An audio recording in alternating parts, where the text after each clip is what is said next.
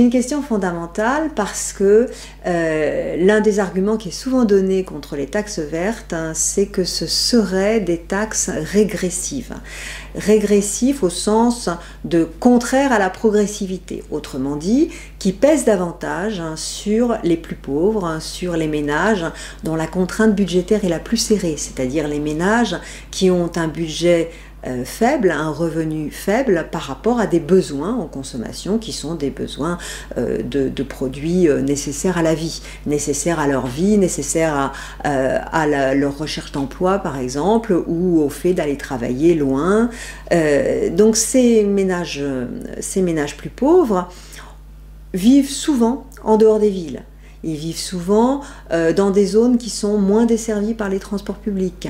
Ils vont avoir plus de difficultés à changer de véhicule, par exemple. Par conséquent, ils sont susceptibles d'être touchés par la fiscalité sans avoir les moyens de s'y adapter. Et ça, c'est un risque.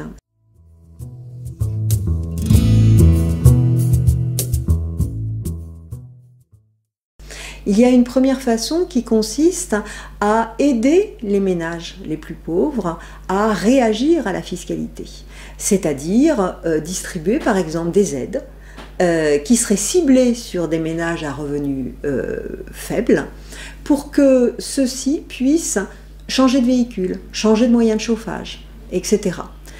Donc ça, ce seraient des subventions, mais des subventions qui pourraient être versées en prenant en partie le rendement des taxes vertes.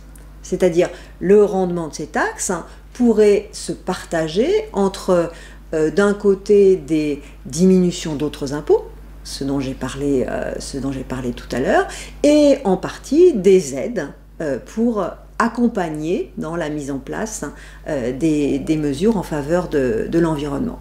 Et puis il y a une autre façon de faire aussi, c'est si la taxe verte est en elle-même régressive, eh bien, il est possible de compenser dans l'autre sens, c'est-à-dire de compenser en renforçant la progressivité du système fiscal actuel. Actuellement, seul l'impôt sur le revenu est progressif.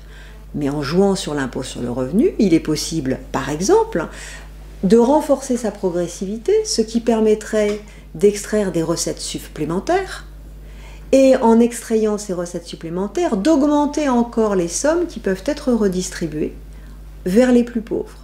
Ou alors, il y a une autre voie qui est de faire une réforme fiscale d'une ampleur plus grande, et donc d'augmenter la progressivité de l'ensemble du système fiscal, par exemple aussi la CSG.